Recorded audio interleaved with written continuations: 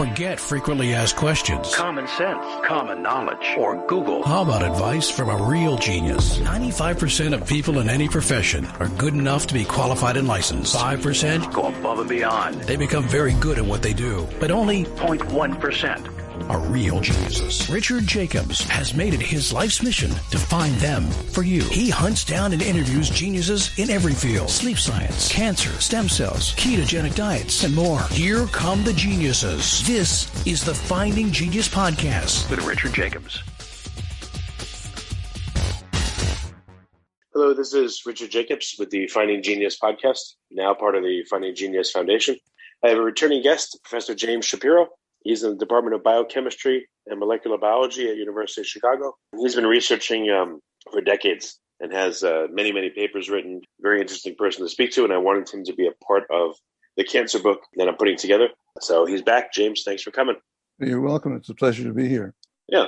Well, this time, like last time with the virus book, there'll be some prescribed questions. So I wanted to ask you, first of all, what's been your background in terms of studying cancer throughout the years? What's been your interaction with it? Well, I never studied cancer very significantly until a few years ago. I got interested in how cancer cells restructure their genomes and some of the amazing results that have been published when people started doing whole genome sequencing on cancers, on tumors. And the subject caught my interest because I'm interested in how cells alter their heredity, alter their genomes. And cancer cells seem to do it in a very dramatic and, at least some cancer cells, in a very dramatic and widespread fashion. I got interested in that.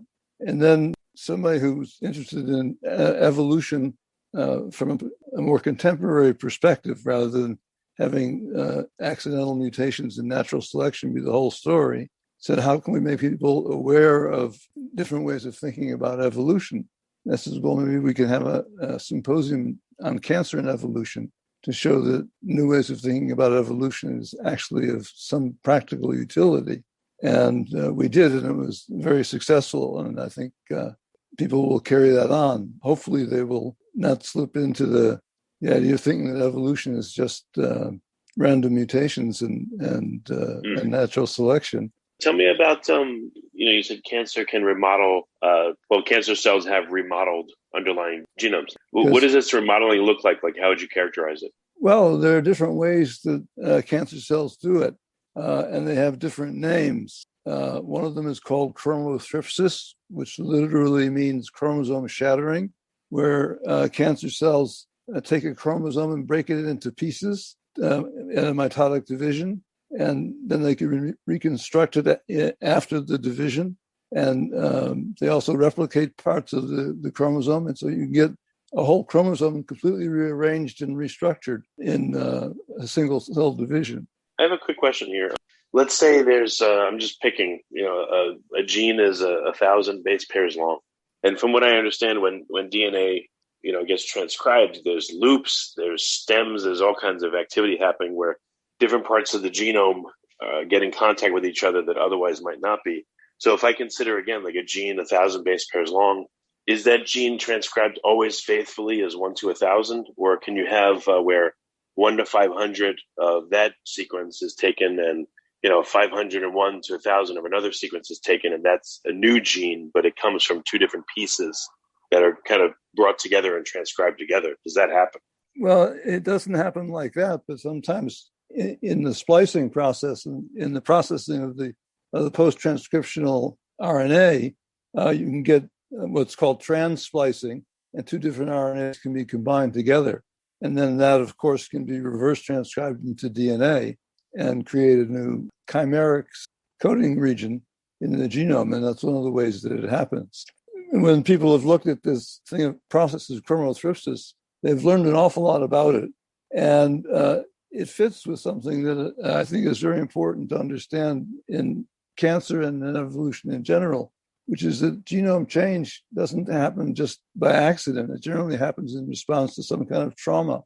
And we now know that chromothripsis arises when a cell divides improperly, and for some reason, and there are multiple reasons, a chromosome gets left behind when the parental cell divides. and that chromosome gets encased in a structure called the micronucleus. And at the next cell division, the micronucleus is included in one of the daughter cells, and it shatters the chromosome, it fragments it, and then a process called alternative end joining replicates parts of the chromosome and sticks them back together, and you get a whole new genomic structure from that. And that's quite an amazing process, but that's far from the only thing that cancer cells quick can question do. on that. So when that happens, and you said this broken off piece of genetic material ends up in its own, like, I guess, temporary nucleus, that's preserved separately through cell division, and then only one of the daughter cells gets it, or both? It goes to one of the daughter cells. Lagging chromosomes and chromosome fragments are included in micronuclei. And this is a well-known process that occurs in plants and animals. It's part of the response to something that makes cell division occur abnormally. And the consequences of it are these massive chromosome rearrangements. And this has been studied in some detail. And recently a paper was published which looked at it in great detail last year and showed how quickly in a single cell division you can get massive chromosome rearrangements. But to come back to something you said earlier about during the cell cycle, different parts of the genome come together. And another kind of chromosome rearrangement found in other cancer, it's called chromoplexy, which means chromosome weaving. And chromosome weaving is very interesting because what you find are there are multiple breakage and rejoining events in a small subset of the genome. Say we have 43 chromosomes out of the 26, 27 chromosomes that we have, only 3 or 4 would be rearranged. And this is something that occurs not at cell division, which is when chromothripsis occurs, but occurs during the transcription of different parts of the genome, and different regions come together to interact to control transcription during interphase part of the cell cycle, which is completely different from the mitotic part of the cell cycle. And this is a different kind of process. And so you get a small number of chromosomes with multiple rearrangements between them. And the rearrangements are generally clustered spatially as well. And that's seen in certain kinds of cancers. It was first noticed, I think, in prostate cancer. And that's a completely different kind of cell process going on that restructures the genome. So there's several different ways that cells can make these large-scale genome changes. How do you think cancer first starts? So do you think there's an epigenetic change first? Or do you think there's this restructuring first or a mutation first? Like, how do you think it first starts? I think cancer starts from trauma. So what is trauma? Physical, radiation, metabolic? What do you mean? It can be physical. There's a really interesting paper by Theodore Bovary published in 1914 about cancers that appear at wound sites or at scars. And scars somehow predispose the cells to become cancerous if there's a subsequent injury at the same place.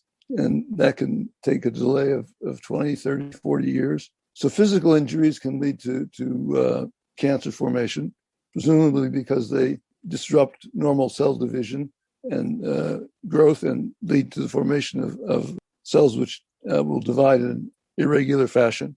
Well, maybe physical, scarring or physical hits hinder cell-to-cell communication, or, I don't know, I guess change pathways, or maybe cause fibrosis to be inside a tissue and again disrupt the signaling.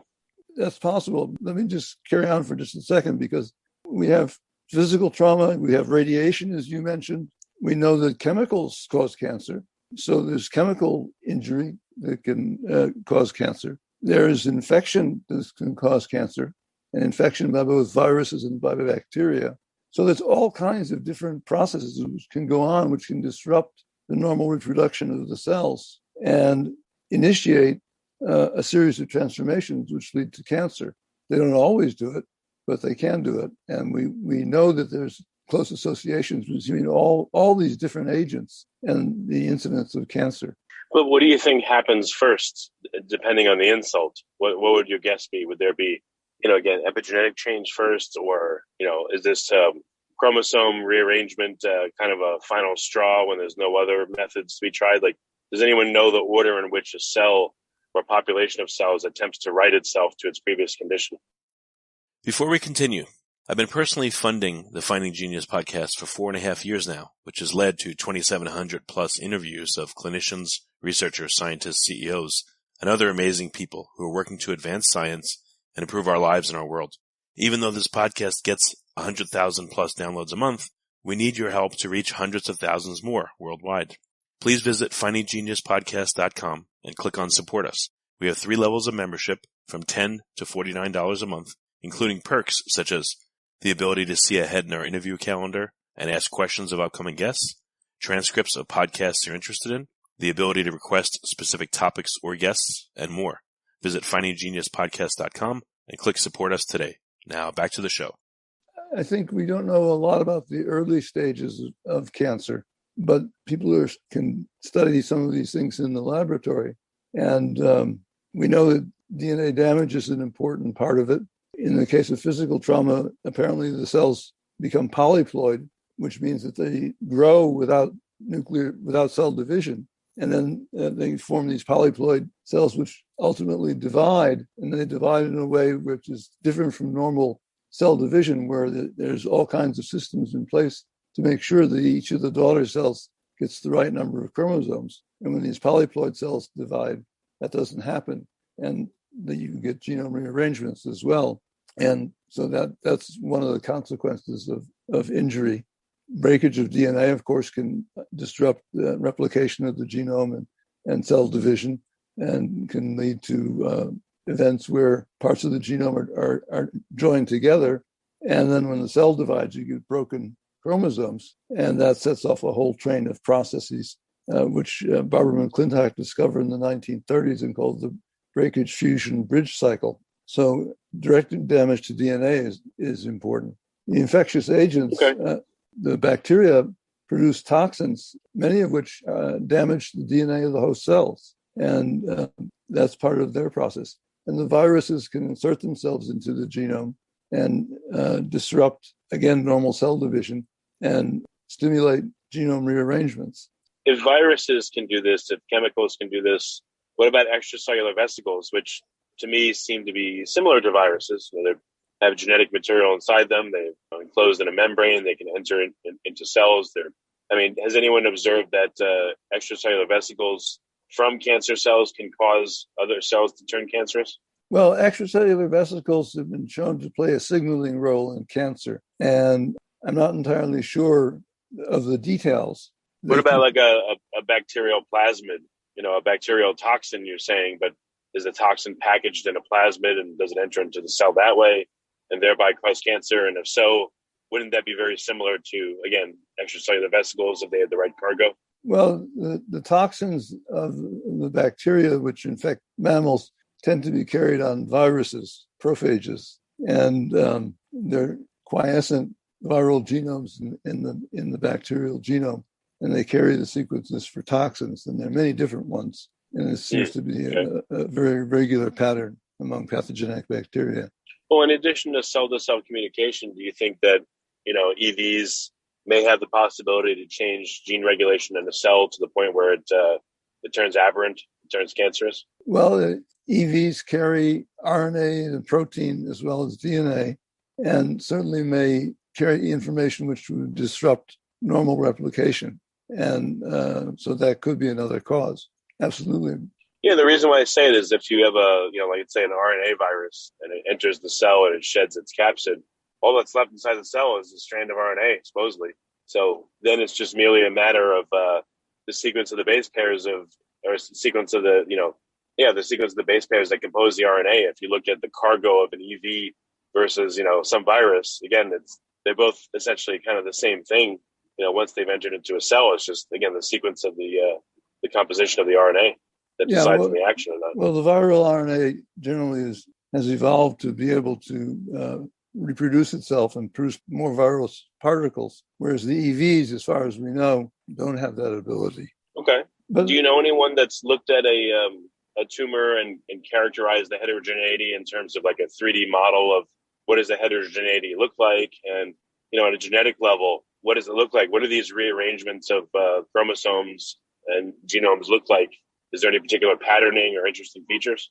If you like this podcast, Please click the link in the description to subscribe and review us on iTunes. Well, people have done that mostly based on very conventional ideas about evolutionary change. And they're looking again at the idea that it's single genes that are responsible for the cancer, without considering that the structure of the genome itself may be an important participant in that. What I was wanting to say was that after the genome is damaged, there are two kinds of genome repair systems. There are systems which tend to put the genome back the way it was originally, or close to the way it was originally.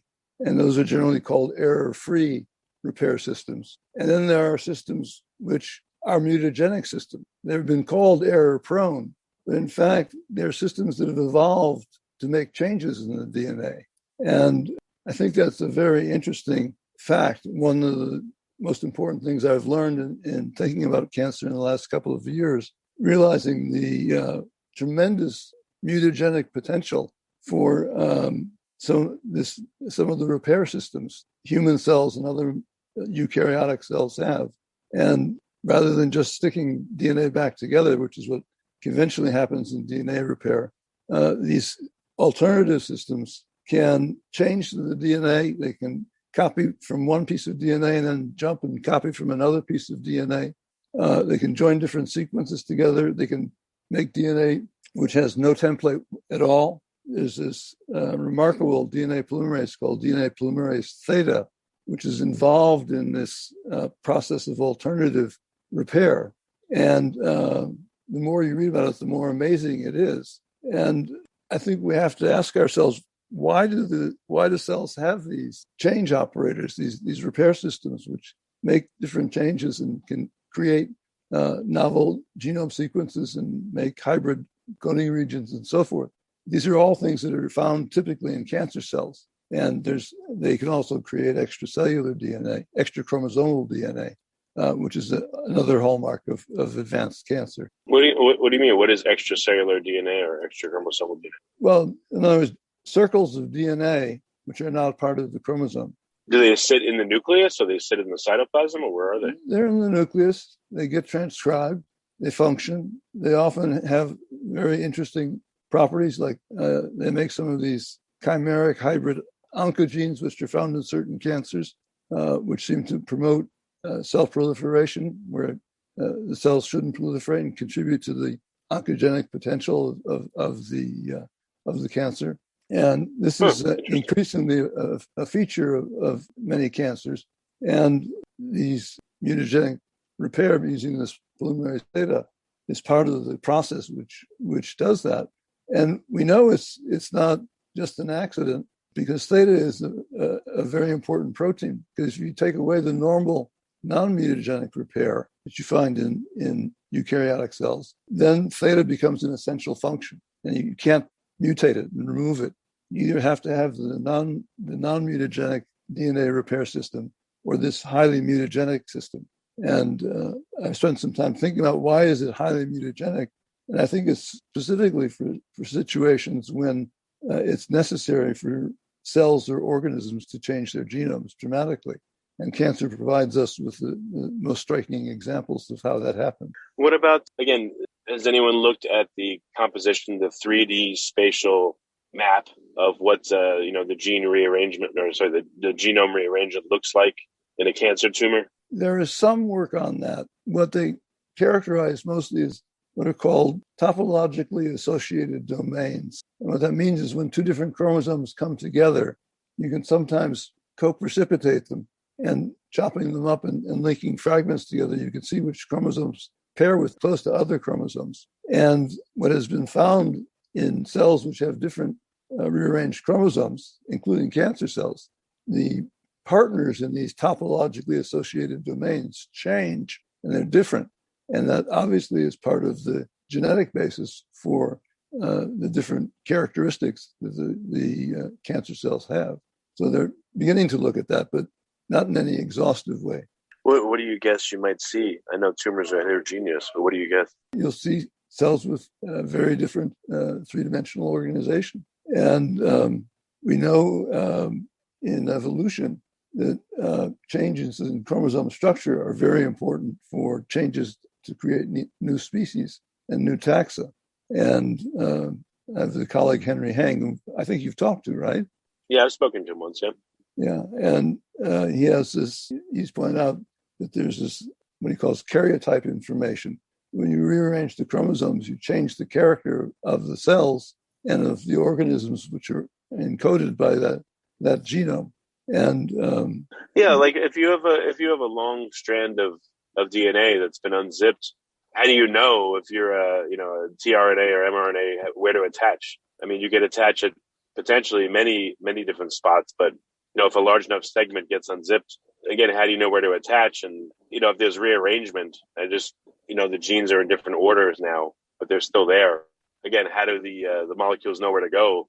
If the answer is not, they randomly go around until they find the right spot. The molecules are guided by regulatory sequences, which are generally distinct from the coding sequences.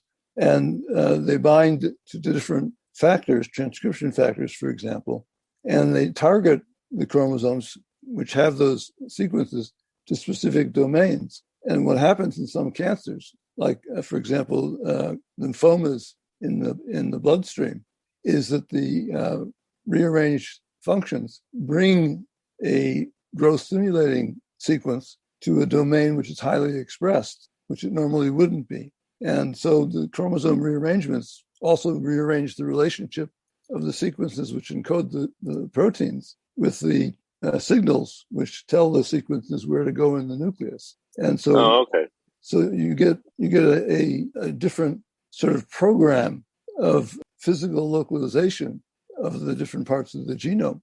And I think that's going to play a very significant role in how the genome encodes things differently when its structure changes. We have a lot to learn about.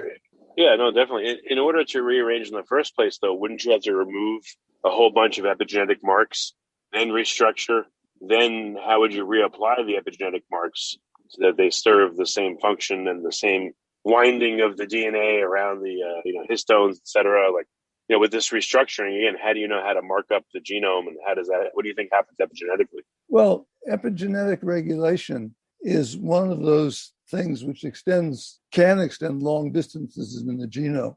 And it requires specific sites or sequences to initiate and others to determine how far it goes. And what happens when you rearrange the chromosomes is you change all the epigenetic interaction as well. So changing the structure of the DNA without changing any of the coding sequences still leads to massive changes in expression of different parts of the genome, because you may separate them from their normal epigenetic control sequences and put them next to others.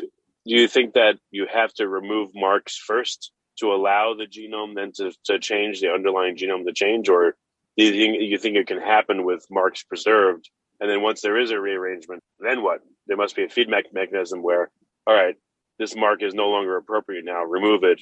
Or now there's an exposed area that shouldn't be, mark it. You're getting into the fine points of epigenetic control. I'm not sure what you mean, because a lot of these changes, like the chromotypsis, occur during mitosis when the epigenetic markings on the chromosomes are quite different than they are during interphase. So at different points in the cell cycle, all of these regulatory functions change. We normally don't think about the genome as the dynamic structure that it is, but that's an essential part of how it functions. It changes through each cell division cycle, and a region which is in one epigenetic state, it may not be there all the time. Yeah, well, I understand that it is very dynamic. I just wonder, again, with this chromotrypsis, again, there would be cascading epigenetic effects and all that would probably, allow it to happen or enable it to happen. And then once it does happen, the marks again would come back or now have to rearrange or be applied differently because the gene structure is different now, or the genome is different. That's exactly the point. So the way things are organized along the chromosomes and relate to each other is very important to how they're expressed and how they function. And that's why changing those relationships can lead to new developmental patterns. And it's been everybody's had this sort of particulate idea that each gene is the fundamental unit, but there's a lot of other things in chromosomes besides genes, and epigenetic markings and epigenetic regulation is one of the things which is important information that's there in addition to the content of each individual gene. Going to somewhat of a little bit of a different subject. Okay. Again, when a tumor is heterogeneous, its genomes are restructured, et cetera, and you compare that to the regular somatic cells of a given organ, now the cancer cells would have different, exterior membrane receptors. They would look very different, I would think, to the body, to the immune system, et cetera. But from a infective perspective, like how would you expect the microbiome, the localized microbiome around cancer cells to be different from somatic cells? How would you expect that their susceptibility to viral infection would be different than regular somatic cells because the whole cell has essentially been changed? I know that there are people who are studying that, and they find that cancer cells have different microbial associations from the normal cells that they're related to. And I think all possibilities are possible, are there. And what effect that can have on the ability of the cancer to grow and to spread, to survive the immune system. I think we're going to learn a lot about that in the years to come, but I think we don't have any kind of a comprehensive way of thinking about it right now. Do you think it is a real effect that cancer cells would have a different localized microbiome and would have different exterior membrane features and have different susceptibility to bacteria, viruses, et cetera? Absolutely. Yeah. Okay. What about cancer cells themselves? Some people seem to say they're lone rangers. They just want to divide and exist on their own, but they do seem to act in concert at the tumor level, recruit blood vessels, angiogenesis, break off to make metastatic sites, et cetera. At what point do you think cancer acts alone? And at what point do you think, how many cells are needed for cancer to act as one? And does it act as one? I think there are experiments that people have done in animals in very artificial situations where they can transplant a single cell, a tumor cell, and have it grow into a tumor. And that's been the idea that cancer is derived from a single cell. Other people think that it's disruption of the organization of a tissue that makes a group of cells behave differently and ultimately become cancerous. And as you pointed out, many tumors are heterogeneous. The cells are not all the same. And at different places in the body, when they metastasize, for example, different clones of cells may be more important and more prominent than at other places in the body. So I think variability is a common biological property, and diversity. Clearly, as cancers advance, they become more complex and more diverse in their genetic constitution. So I think I don't know that we know too much about how the different cancer cells interact with each other. Yeah. Do you think they act as one? Like, a biofilm kind of acts as one. I mean, each thing, each bacteria needs to eat on its own, but they also do act in concert and they have emergent properties. So do you think that cancer cells also have emergent properties and act as one at the tumor level? Well, there are some tumors that have recognizable physical characteristics. And if that's the case, then obviously there's some kind of coordinated multicellular activity going on. And of course, cancer cells come from cells which were involved in coordinated multicellular activity. So it's not surprising that they should do that. But okay. Do you think they go through a stage where they are individual cells, or that if I pick an organ, pick a kidney or something, and I have a really small tumor in there, most of the action and activity of the kidney is normal, but there's a small part that's tumor. But let's say the tumor grows and grows, and now the tumor is pretty big. Maybe it takes up half the kidney or something. At what point do you think the signaling from the tumor and the needs of the tumor becomes predominant, and then, I guess, silences or dampens down the normal functioning? At that point, now you have a real big-time dysbiosis. Like, do you think there's this competition of, obviously cellular needs, for resources, but cellular, I guess, votes, in the running of the organism or the functioning of the organ? Do Do you think there's this I guess, is there a quorum sensing, a quorum type activity that, at some point the cancer overrides because its votes, are more than that of the healthy cell? Well, we know that cancer is far more than just out of control reproduction. And cancer cells come from human cells, which can emit lots of signals and receive lots of signals, which affect their behavior. So the case you've cited, the example you've cited, is one where you can have either outcome, I think. You can have many dysplasias which never develop into real cancer. Again, do you think cancer is does it see itself as a separate organism with its own homeostatic drive and everything, or do you think it's kind of every man for himself, in a tumor or in any cancerous structure? Well, Henry Hang says when you have a cancer cell and it's restructured its genome, it's a new species. And I think it follows its own path. It's also influenced by things that happen to it. And one of the most important things that I think came out of trying to think about cancer as a disease where cells change their heredity in response to conditions that they encounter is that the recognition that a lot of treatments can induce genetic transformations in the cancer. And that sometimes chemotherapy may be counterproductive in that it will trigger the formation of a much worse cancer than the one that it was originally treating. And I think there's a group of people in cancer therapy who are starting to devise ways to keep cancers manageable and tolerable for patients and try to avoid triggering their transformation into something much more deadly, which is what happens often when, or almost inevitably in many cases, when the maximum tolerable dose of chemotherapeutic agents is applied. And there's a lot of documentation now that cancers progress after therapeutic treatments, and they change and become much more malignant. And if we can avoid triggering that response, then we can treat them more effectively. Cancer maybe become a chronic, livable disease, much the way HIV has become, if we stay away from trying to wipe it out completely and triggering some of these major transformations. Gotcha. Okay. Do you think there's what's the nature of the communication between a primary tumor and metastases? What do you think is going on there? What kind of signaling?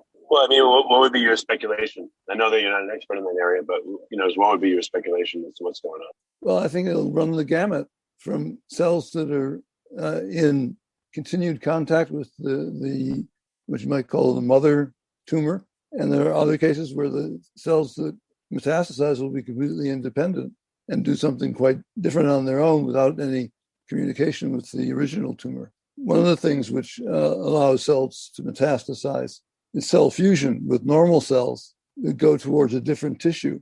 And these cells acquire the ability to go to the new tissue from the normal cell that they fuse with, but also because they now have two nuclei, their division and genome stability is disrupted. And so they can then evolve into something quite different. Wait a minute. So if I have liver cancer and it metastasizes to my pancreas, do liver pancreatic cell combination fusions form? Well, some people have found is a cancer cell and a normal cell can fuse. And then that cell can migrate to the tissue where the normal cell is normally found. And I don't know where they do the fusions, but maybe in the bloodstream, maybe in other tissues, in the lymphatic system or someplace else. But that creates both a different tissue tropism for the fused cell, plus which it creates a binucleate cell, which is a genetically unstable cell. And so the potential is there for further evolution of the tumor. Do these fused cells divide? Can they divide and still survive? Or what happens to them? Well, they have issues dividing because they have multiple nuclei. And I don't know the details on this. I can give you some references. I published them a couple of years ago.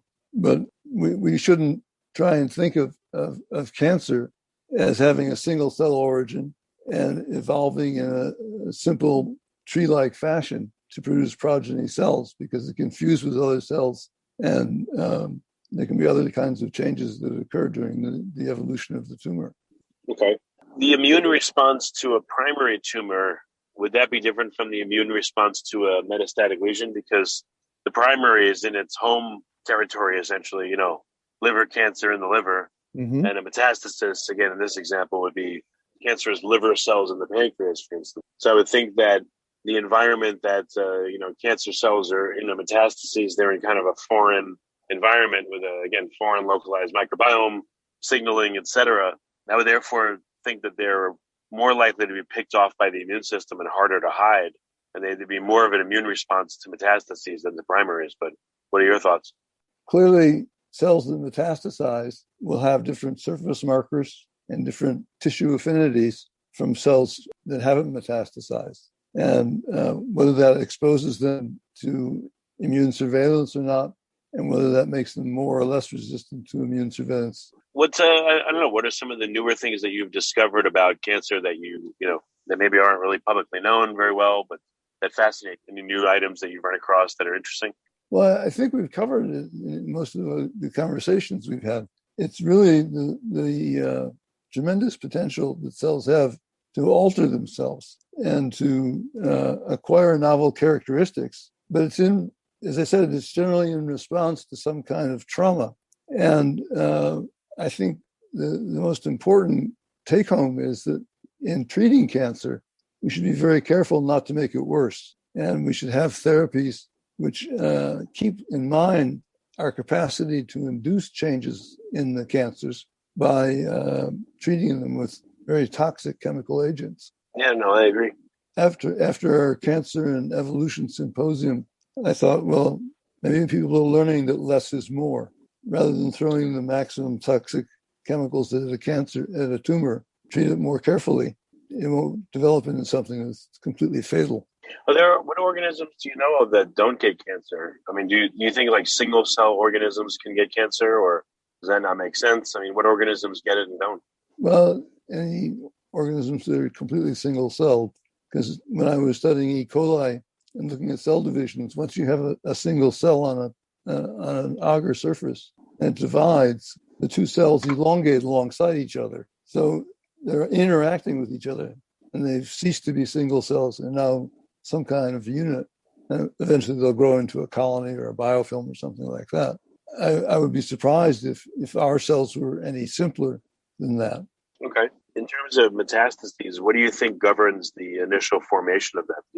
Like at what point and what signaling is going on where a primary tumor is like, all right, we got to break off and form metastases? Do you think it's just not enough resources, so that's the result is the cells detach and look for more resources and better environments, or what do you think drives metastasis? Well, I think in different cases it will be different drivers. I mentioned cell fusions. There may be, as you suggested, metabolic drivers, need for resources. But metastasis is an advanced stage of cancer. And if we can keep cancers from becoming metastatic, I think we can do a lot better in treating them.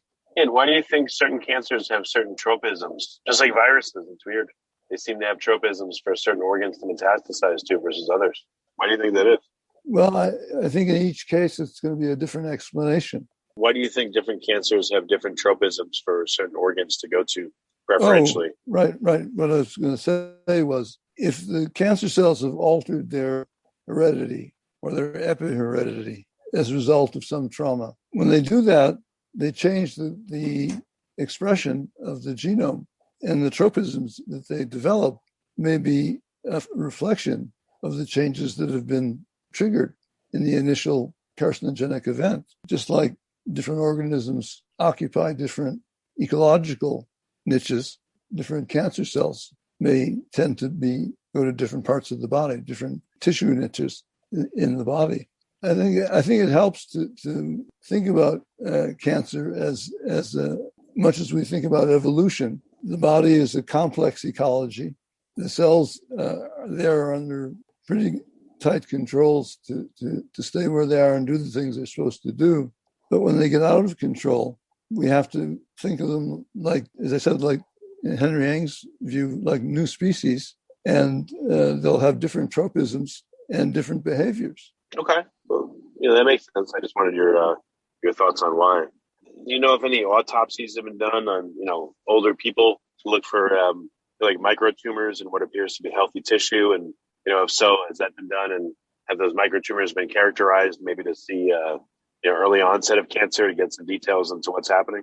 Well, I think we know that in prostate cancer, for example, almost everybody gets it. Most men die with prostate cancer that hasn't developed to the point where it's gotten to be a serious problem. We now have PSA tests, which are very sensitive, so we can detect it much earlier. But it's almost inevitable we'll develop that. And I'm sure the same is true of certain cancers in women as well. Yeah. And also there are lots of changes to the genetics, are so-called healthy cells, where they're expressing things that are characteristic of cancer cells, but they don't develop into a full-fledged cancer. Okay.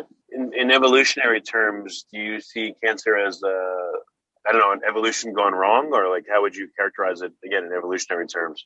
Oh, you mean in terms of its effect on human longevity? Why do you think cancer forms in the first place from an evolutionary perspective? Is it an evolution? Is it just a maladaptation? I mean, how would you characterize it just from a evolutionary biology standpoint? Cancer tends to be a disease of age. Organisms which live very long lives, like whales, for example, don't develop much cancer, or elephants. And we get cancer mostly in our 50s, 60s, 70s, and so forth. So I think it's just part of human mortality. Yeah, I just wondered, again, evolutionarily, why do you think it happens? But I know there's no answers. I just asked for a speculation. But okay. Well, Jim, always I want to ask, where can people find out more about your work? At my website at shapiro.bsd.uchicago.edu. Okay, that's the best place to go. Very good. Yes. Yeah, James, thanks for coming on again. It's always great to have you on. I appreciate it. If you like this podcast, please click the link in the description to subscribe and review us on iTunes. You've been listening to the Finding Genius podcast with Richard Jacobs. If you like what you hear, be sure to review and subscribe to the Finding Genius podcast on iTunes or wherever you listen to podcasts. And want to be smarter than everybody else? Become a premium member at findinggeniuspodcast.com. This podcast is for information only. No advice of any kind is being given. Any action you take or don't take as a result of listening is your sole responsibility. Consult professionals when advice is needed.